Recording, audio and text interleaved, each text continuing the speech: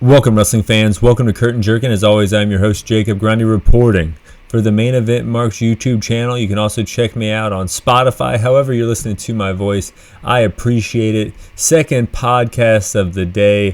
Fourth one in 3 days. I'm going to also watch Monday Night Raw tonight. If you're listening to this and you didn't know, I put up a WrestleMania review last night, or this morning. Jesus. And I'm having a great time. You'd think I would be tired of wrestling, but no.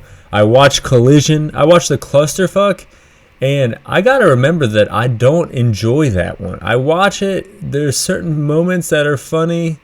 But for the most part, it's too much of a clusterfuck. I mean, they tell you what it is. And then you end up watching it every year thinking it's going to be better than it is. I don't know. There are moments of hilarity too. So if you're ever looking for more wrestling after the first night of WrestleMania and Collision isn't on and you're already caught up on New Japan, why not tune into the clusterfuck? I don't know. We'll get into that a little later, I guess, or maybe we won't. I did take notes on it, but I don't even know if I want to relive it. Microman was there. I enjoyed him. I enjoyed Sexy Eddie getting completely naked for whatever reason during a pro wrestling match. And Shane Douglas was kind of cool to see the old ECW guys. But we're here to talk about AEW. We're gonna rank every match from Rampage and Collision from worst to first. We're gonna be giving you the news from both shows, but we're also gonna be giving you the news from AEW. I wanted to talk about Matt Hardy, gone from AEW. They brought him in during the pandemic. He was a part of the Stadium Stampede, the historic Stadium Stampede, and I think that might have been his best moment in AEW so far. I mean, not even so far, ever. Shortly after the Stadium Stampede, he did a match where I think there was a rough fall with him and Sammy. That was kind of controversial at the time. Someone got I think Matt Hardy fell on his head pretty rough, and that was hard to watch. And then they started doing the Andrade Hardy family office. That was ridiculous to watch as well. And then they never really knew what to do with him. Then all of a sudden Jeff Hardy's back, and he has a whole new coat of paint. Him and Jeff Hardy can do their thing, and then Jeff Hardy gets a DUI. So it felt like you never really got in full gear with Matt Hardy and the Hardys in AEW. But yeah, Matt Hardy gone from AEW. Will he show up on Monday Night Raw? Maybe for a pop or something. I can see something like that happening. But I mean, he can exist in the indies. He has before.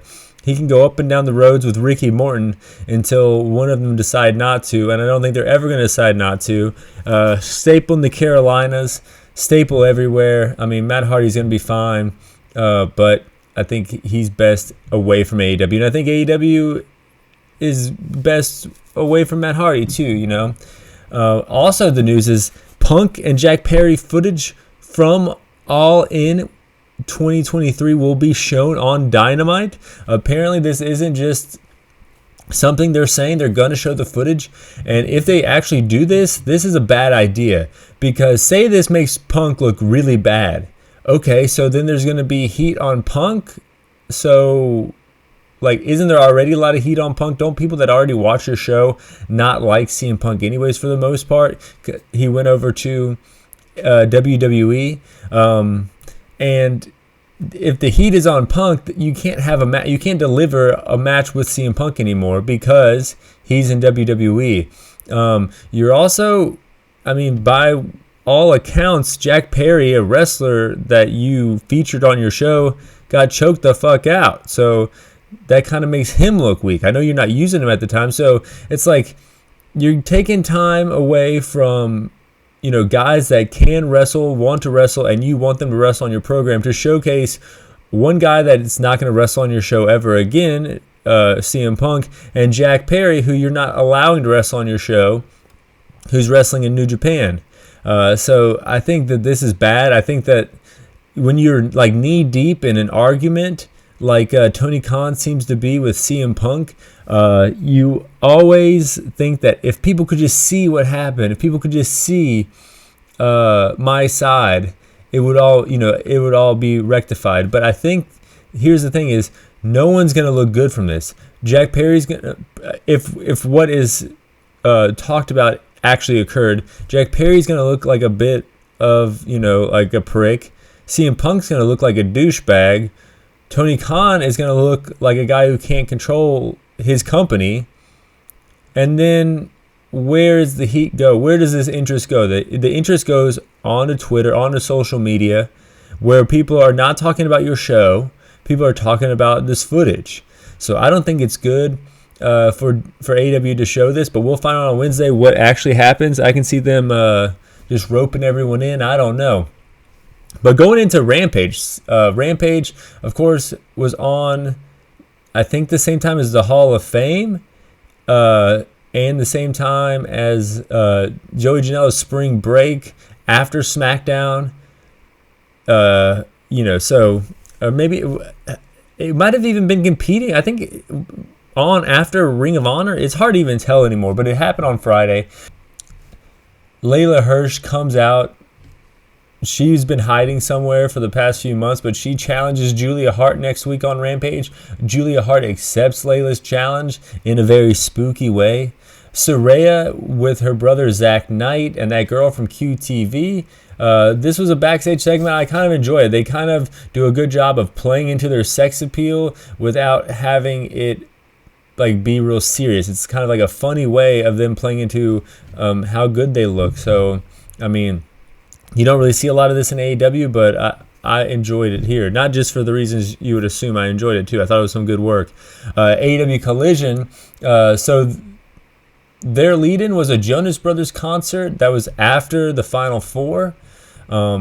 It was also after WrestleMania, during the WrestleMania press conference. So I'm very interested to see their ratings here, because as we know, week to week, the ratings get a boost because it's on after. Oh man, what's that sitcom? The sitcom with the nerds. Oh man, with Shelton, Young Shelton was a spinoff. I can't think anymore. I've watched officially too much wrestling, but they get a boost from the lead-in, and this lead-in was the Final Four Jonas Brothers concert, big event. So I'm interested to see that. Maybe despite being on at 11:30, despite being on at the same time as the WrestleMania press conference, despite being on at the same time or after WrestleMania, the numbers might not be so bad. I don't know. I'm interested to see, though. I will say that. There's a video package and promo from Danielson. This was excellent. Dustin Rhodes cutting a great promo as well, calling out Samoa Joe on Dynamite, trying to get the world title shot. A sit down with Will Ospreay. Rocky Romero challenging Roderick Strong. Shibata joins Jericho and Hook to make that faction more random. Garcia cutting a good promo along with Daddy Magic. Joe says you gotta beat him to become number one contender, Dustin Rhodes. So we're going to get Joe versus Dustin, but not for the title.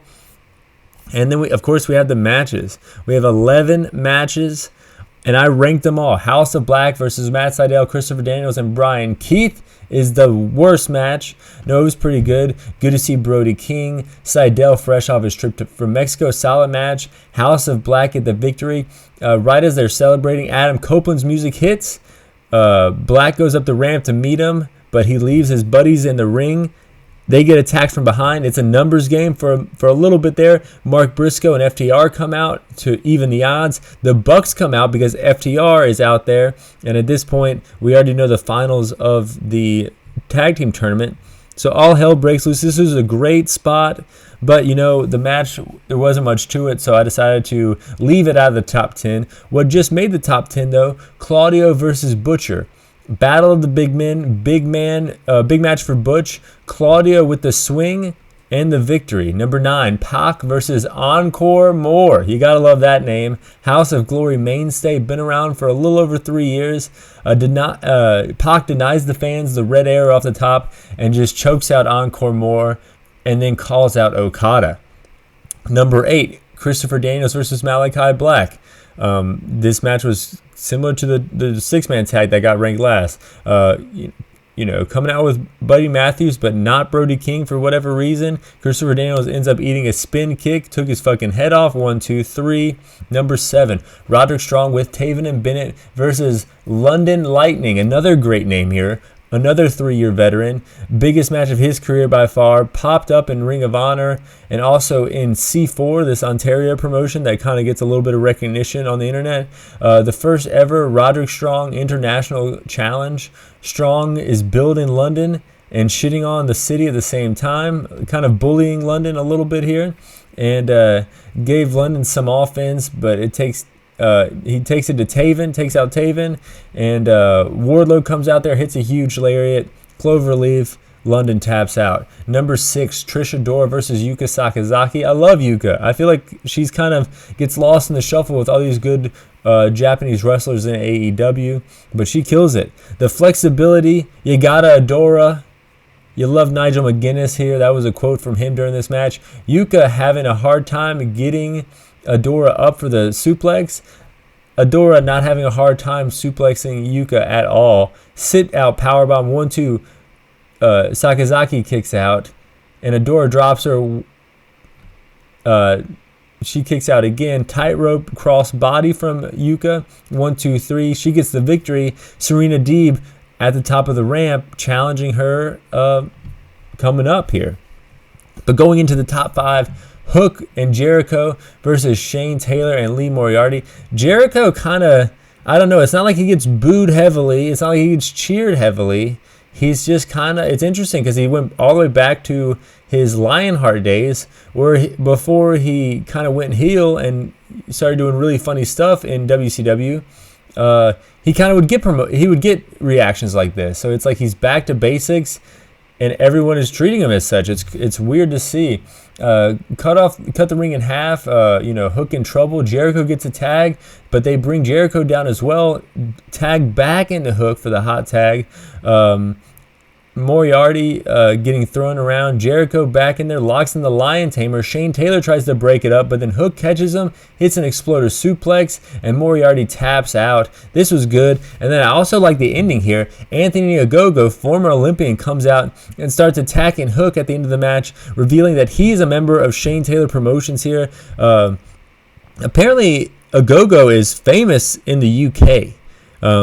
But they just never really used him after this Cody program. After this one match with Cody Rhodes went to shit, they kind of did not use him ever again.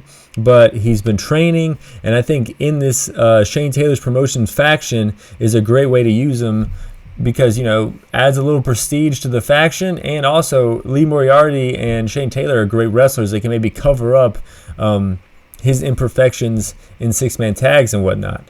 Number 3, Top Flight versus FTR. Top Flight has, a bit of arrogance to them, I would say.